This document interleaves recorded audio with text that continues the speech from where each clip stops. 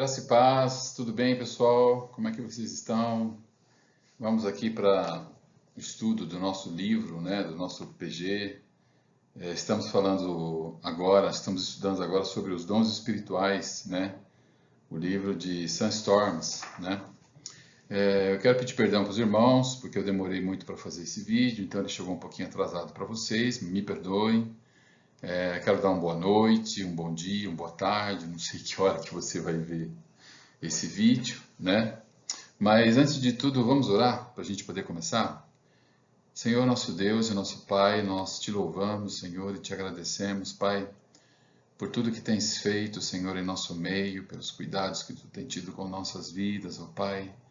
Te louvamos e te agradecemos por isso. Senhor, eu te peço que nesse momento o teu Espírito Santo, Senhor, possa falar conosco através deste estudo de dons, ó Pai. Nós queremos ter mais intimidade contigo, Senhor.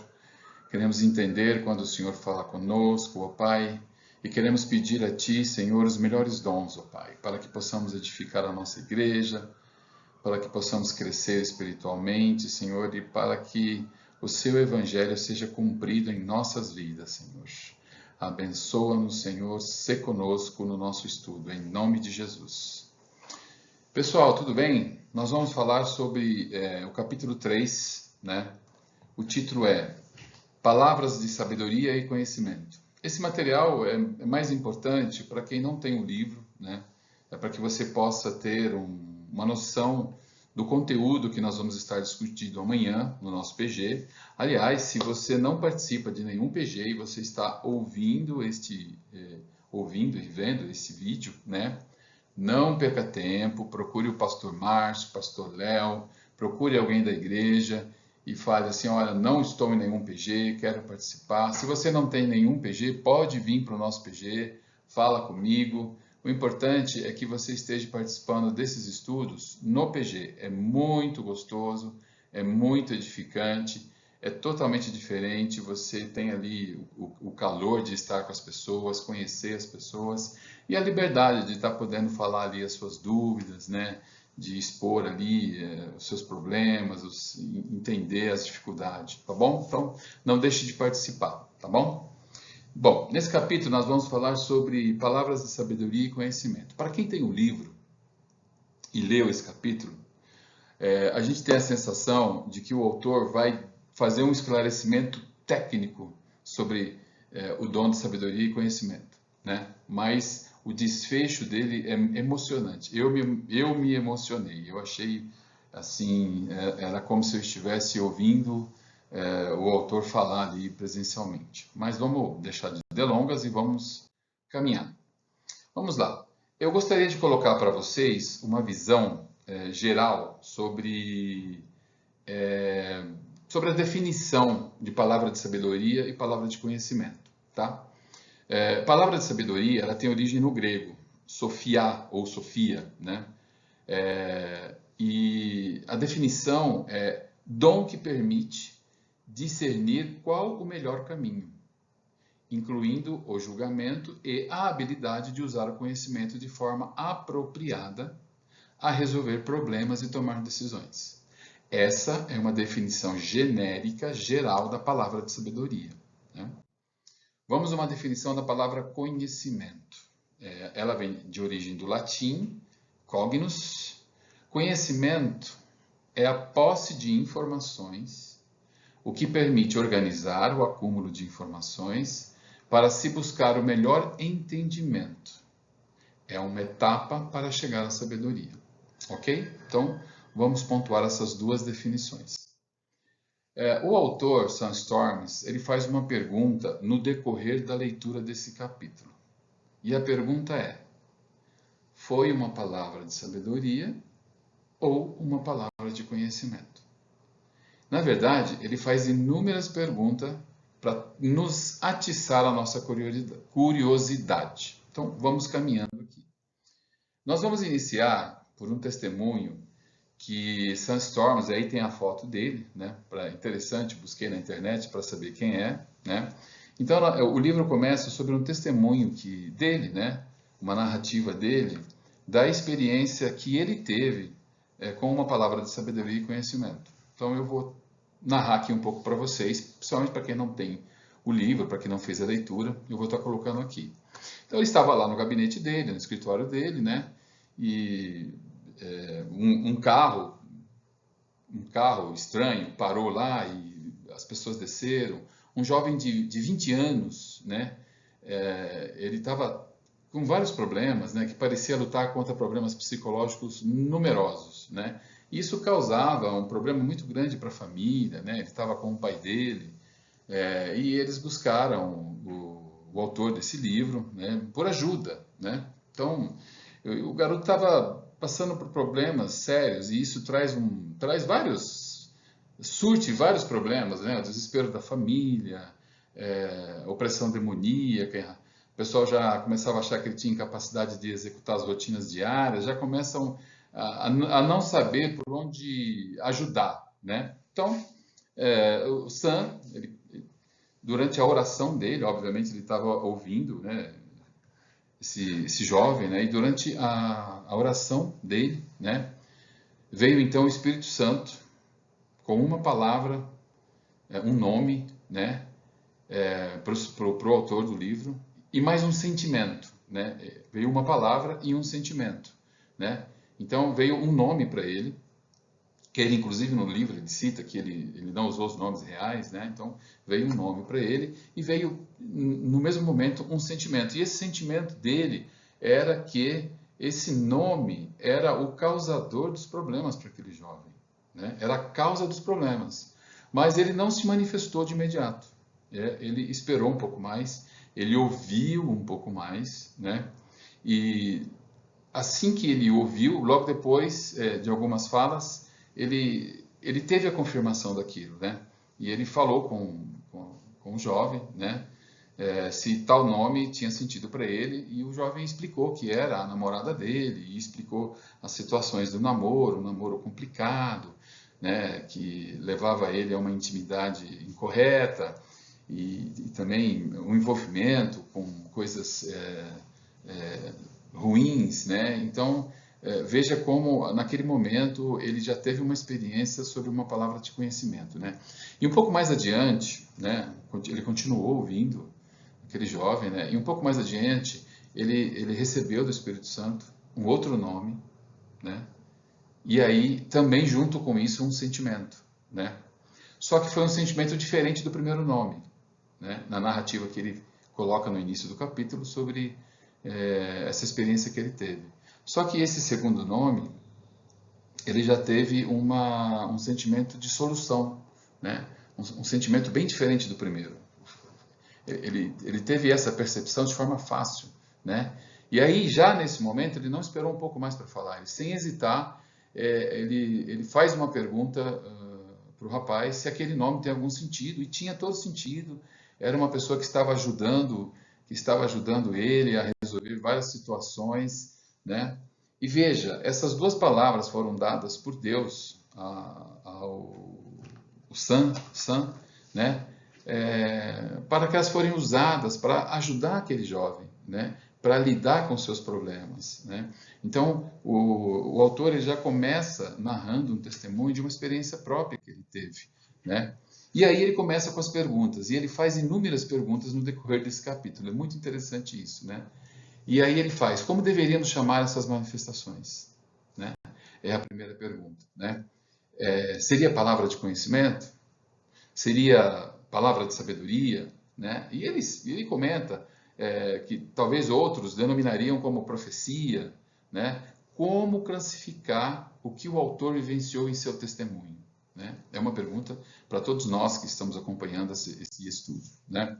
E aí ele começa a narrar no livro alguns precedentes bíblicos para talvez nos dar algum norte de entendimento do que ele estava querendo falar. Então ele colocou várias passagens bíblicas que ele narra situações semelhantes a essa, né? E eu pontuei algumas aqui, por exemplo, Mateus 9, de 1 a 8, né? Aquela passagem do paralítico, né? Que Jesus Cristo manifestou perdoando seus pecados, e ali tinham alguns escribas, né? Que falaram que ele estava blasfemando, né? Imagina Quem é que tem a capacidade de blasfemar ali, né? Jesus Cristo sabia dos seus pensamentos. Veja como é que o Senhor Jesus tinha conhecimento dos pensamentos daqueles escribas, sendo que eles não falaram nada, não se pronunciaram nada, naturalmente pela comunhão com o Espírito Santo, né? Então ele sabia dos pensamentos deles, e aí é onde que ele entra com toda a sabedoria e ele pergunta: o que é mais fácil? Perdoar os pecados ou curar, né? Obviamente que era perdoar os pecados, né? Mas ele cura o paralítico, né? Então ele fala que ele está perdoado pelos seus pecados e cura. Então, daquela forma, as pessoas puderam perceber, né, que ele realmente era o Filho do Deus vivo, e todos ali viram e temeram, né, e os fariseus ali, os escribas, né, com certeza também ficaram, né, maravilhados com tudo, né. Outra passagem, que também está no livro, é Mateus 12, de 22 a 37, né? O cego e mudo é curado por Jesus Cristo, né? E da mesma forma os fariseus estavam ali e criticou ele mais uma vez, né? Mas mais uma vez Jesus Cristo conhecia os seus pensamentos, né? E ali ele pôde refutar e instruir e falar, né? Depois nós temos também uma outra passagem que é a João 4, né, onde Jesus Cristo fala sobre os pecados e segredos da mulher samaritana, né? Todo mundo conhece, que ele estava ali conversando com ela e ele falou de aspectos particulares da vida daquela samaritana que ele não conhecia, ela não conhecia o Senhor Jesus, ela não tinha falado nada para ele, mas ele conhecia, ele tinha conhecimento da vida íntima dela, da vida dela, e ali ela teve uma experiência maravilhosa com o Senhor Jesus. Outro precedente também que foi narrado pelo autor, Atos 5, de 1 a 11, a palavra de julgamento adequada, né, que o apóstolo Pedro deu a Ananias e sua esposa, Safira, quando eles foram lá fazer a oferta, mas eles entraram com uma malandragem de mudar os valores, enfim. Como é que eles não imaginavam, né, que ninguém soubesse, que ninguém ia saber, porque eles estavam fazendo tudo escondido, e ali houve, né, uma palavra de julgamento, né, que eles foram julgados ali naquele exato momento, né. Outra passagem também muito interessante, Atos 8, de 26 a 40, né, o Espírito Santo deu a Filipe instruções para que ele pudesse falar de Cristo para o etíope que estava em viagem. Então, foi uma situação extremamente interessante. E tem inúmeras outras narrativas, né? Tem João 1, de 43 a 51, a história do chamado de Natanael, no qual Jesus, sem tê-lo encontrado pessoalmente, né? Antes, sem qualquer um contato antes, ele indicara conhecer seu caráter moral, descrevê-lo, né, sentado debaixo de uma figueira. Então, tem várias narrativas, né? Nós temos Atos 14, de 8 a 10. Alguns sugerem que a visão reveladora de Paulo e sua palavra para o homem coxo foram uma palavra de conhecimento, né? Então, o autor deixou aqui no capítulo 3 vários precedentes para que a gente pudesse não se basear somente em 1 Coríntios, né? Para que a gente pudesse ver momentos em que essas situações de sabedoria e conhecimento foram colocadas para inúmeras pessoas, né? Mas vamos adiante. Aí o autor começa a colocar assim, né? Após vários precedentes, né? Assim, ou seja, após todas essas narrativas e fatos que aconteceram e estão narrados e registrados na Bíblia, né? Aí o autor repete algumas perguntas novamente para atiçar a nossa curiosidade, né? E aí ele fala, são casos revelados de forma mais genérica ou ocorrências de dom de profecia? É uma pergunta que ele faz para os seus leitores, né?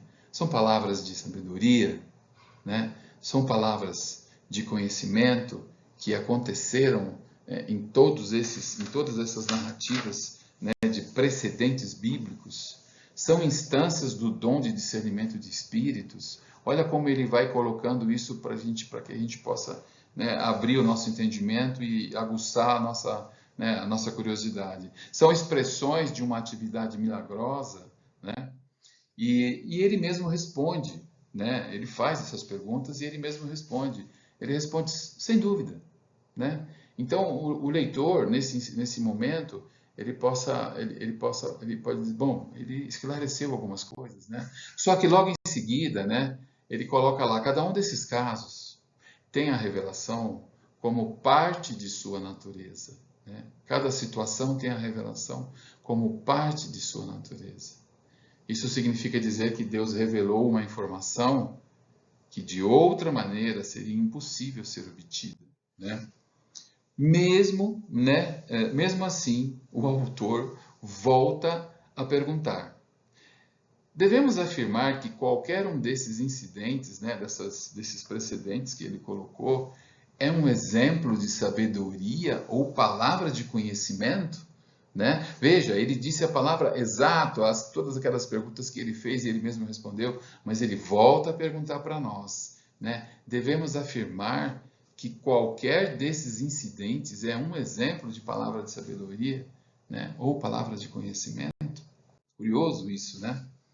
E vamos lá. Aí ele começa a fazer uma narrativa com relação ao que aconteceu em Corinto, né? Ele faz uma correlação, colocando no livro dele.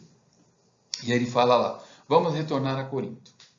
Aparentemente, os crentes de lá foram influenciados por um gnosticismo, né? Ou seja, gnosticismo é um conjunto de crenças que enfatizava a sabedoria e o conhecimento como chaves para a verdadeira espiritualidade. Lembram que as narrativas que o próprio apóstolo Paulo colocou na carta dele sobre, né, primeiro sobre o quanto aquela igreja foi presenteada, agraciada, porque eles tinham todos os dons, né? Porém, pela infantilidade da natureza pecaminosa da vida deles, né, eles tinham muitas divisões, né? E uma delas era sobre sabedoria e conhecimento, né? Porque alguns falavam eu sou de Apolo, eu sou de Paulo, eu sou de Cristo, né? Veja, então isso são divisões, né? E o Sam, ele comenta sobre James Dunn, até coloquei uma foto dele aqui, um estudioso do Novo Testamento, né? Ele se refere a esses termos, né?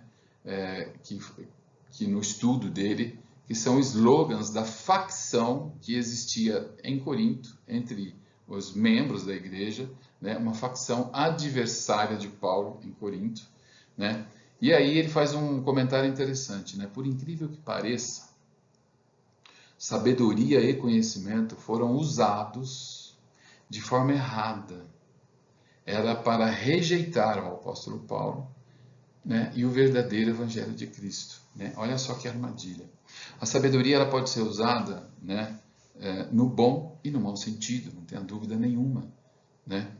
Por isso Paulo exortou de forma apelativa, né? Nós podemos ver que Paulo realmente ele chamou a atenção dos irmãos de forma apelativa, né? O autor acredita, né, que por isso que Paulo usou muitos termos sabedoria e conhecimento nessa carta aos irmãos de Corinto, né? Porque eles pudessem ter noção, né? Por isso que ele usou isso para exortá-los e posicioná-los sobre a infantilidade da fé em que eles estavam, né? A sabedoria e o conhecimento a que Paulo está se referindo, né, nessa exortação, é a espiritual para atender aos propósitos e mistérios de Deus, né? Ele coloca isso quando você lê o capítulo 3, né? Pelos quais Deus redime o seu povo, né? E como exemplo do corpo, veja, o apóstolo Paulo deu o exemplo da funcionalidade do corpo, né? Como o corpo de forma sábia, muito bem elaborado e dividido, e todos os membros trabalham em conjunto, né? E eu, como exemplo do corpo, seus membros, o objetivo é que os dons, né, funcionem da mesma forma e todos cuidem uns dos outros, né? Como nós temos o nosso corpo, né? Os membros trabalham para o corpo, né? E isso leva ao crescimento espiritual e à edificação da igreja. Nesse capítulo ainda tivemos mais relatos de testemunhos ao longo da história de homens de fé, né?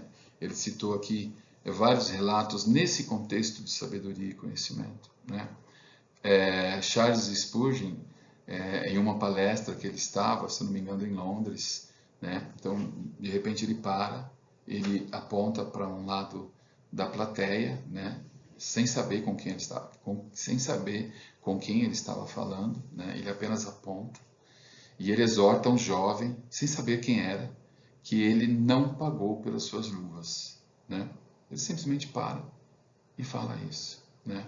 E impressionantemente, quando ele terminou, um jovem se dirigiu a ele e realmente ele acaba ali confessando que tinha sido a primeira vez que ele tinha pego as luvas, né, da onde ele trabalhava, que ele não tinha pago, mas que ele não faria mais aquilo, né? E ele até fala, ele ficou com receio que Charles, né, o expusesse, enfim.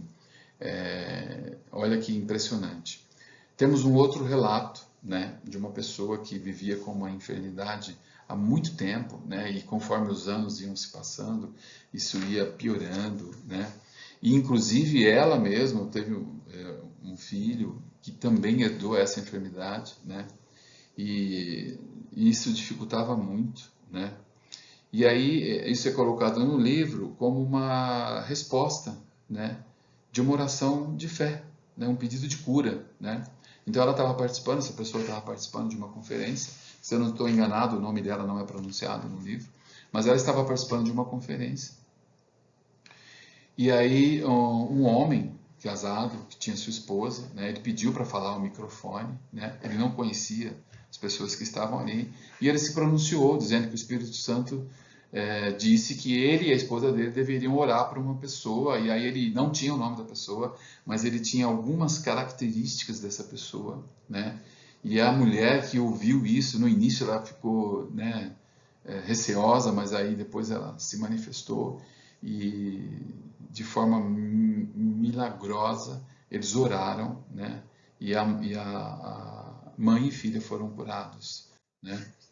E por fim, né, esse capítulo que nós estamos estudando, ele tem um desfecho, um encerramento. Teve uma outra história também que ele narrou como testemunhas, né, como palavras de revelação, né, que fala sobre uma vida incrível, mas eu já acho que dei bastante exemplos para que a gente possa entender essa situação de você poder perceber que há momentos em que Deus fala conosco, o Espírito Santo fala conosco através de palavras, né?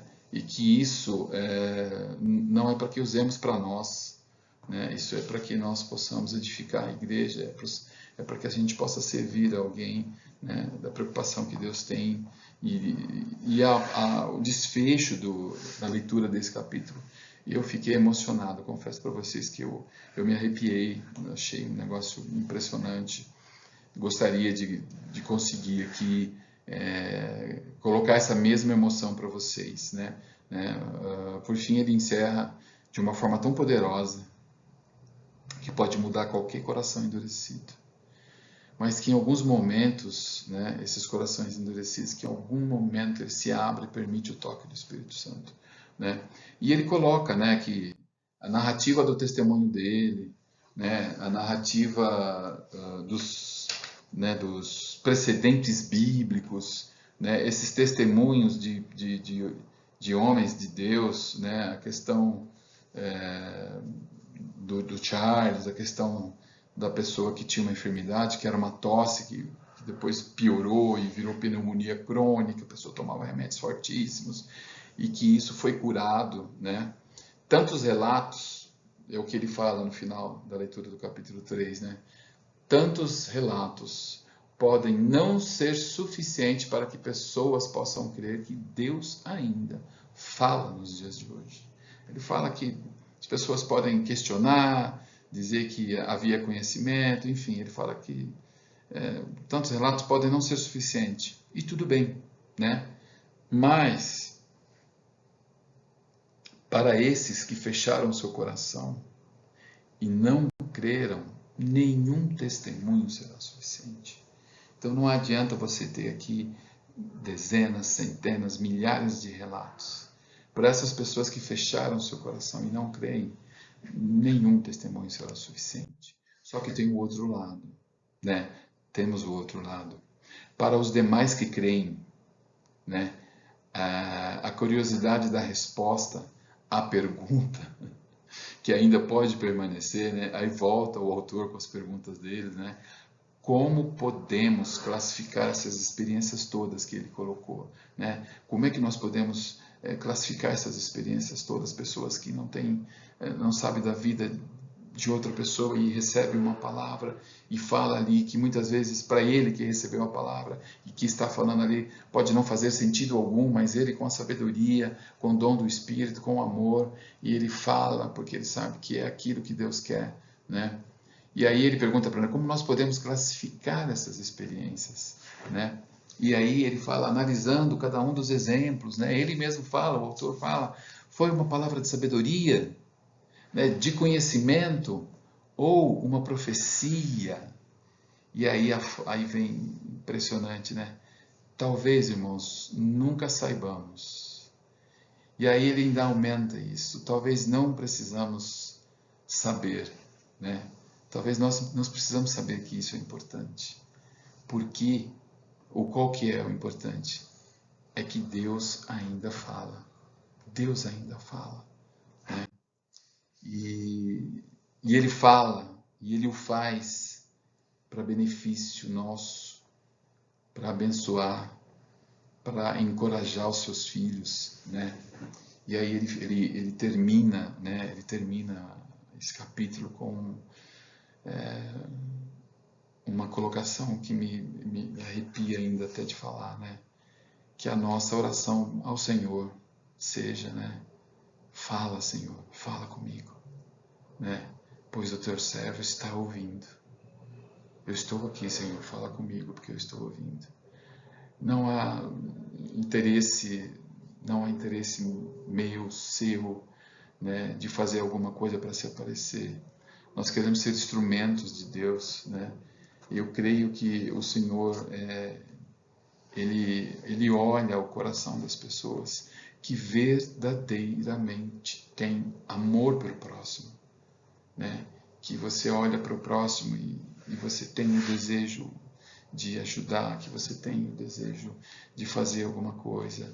E aí são com essas, eu tenho isso para mim, que Deus usa essas pessoas que realmente têm um coração transformado, um coração, uma mente transformada, né? Que você não está ali para julgar, que você não está ali para brigar, né? Não, você está ali para ser usado por Deus. Então a nossa oração, né? E é interessante que para tantas perguntas que ele colocou, né? Nossa oração tem que ser, fala, Senhor. Não importa se é uma palavra de sabedoria, não importa se é uma palavra de conhecimento, pois o teu servo está aqui te ouvindo e eu quero ser usado por ti. Amém, irmãos? Que esse capítulo venha trazer para nós um desejo de ser usado por Deus. Não importa o dom, né? Mas de ser usado por Deus com palavras de sabedoria, com palavras de conhecimento. De qualquer forma, não precisa ser da forma que foram feitas esses precedentes que nós lemos, não precisa ser igual aos testemunhos, mas que nós possamos ser usados por Deus, porque é sinal que nós temos temor e tremor a Ele, é sinal que nós temos intimidade com o Senhor. Então busquemos os melhores dons, busquemos ao Senhor com todo o nosso coração, com todo o nosso entendimento, né? E principalmente, né, e com amor, como o apóstolo Paulo coloca ali para os irmãos em Corinto, né, com amor, né? Se não for com amor, de nada vale. Amém? Irmãos, desejo que vocês tenham um ótimo PG amanhã, que vocês possam ter uma excelente reunião, que o Espírito Santo visite em vocês, que o Espírito Santo fale aos nossos corações, né? Que barreiras sejam quebradas, né? Que mentes sejam transformadas, né, que o nosso coração possa se encher de amor pelo próximo e que Deus possa falar conosco da mesma forma que falou com tantos irmãos, com tantas pessoas que nós podemos observar nesse capítulo. Fique com Deus, que Deus abençoe vocês e que vocês tenham, que nós tenhamos um excelente PG. Até a próxima.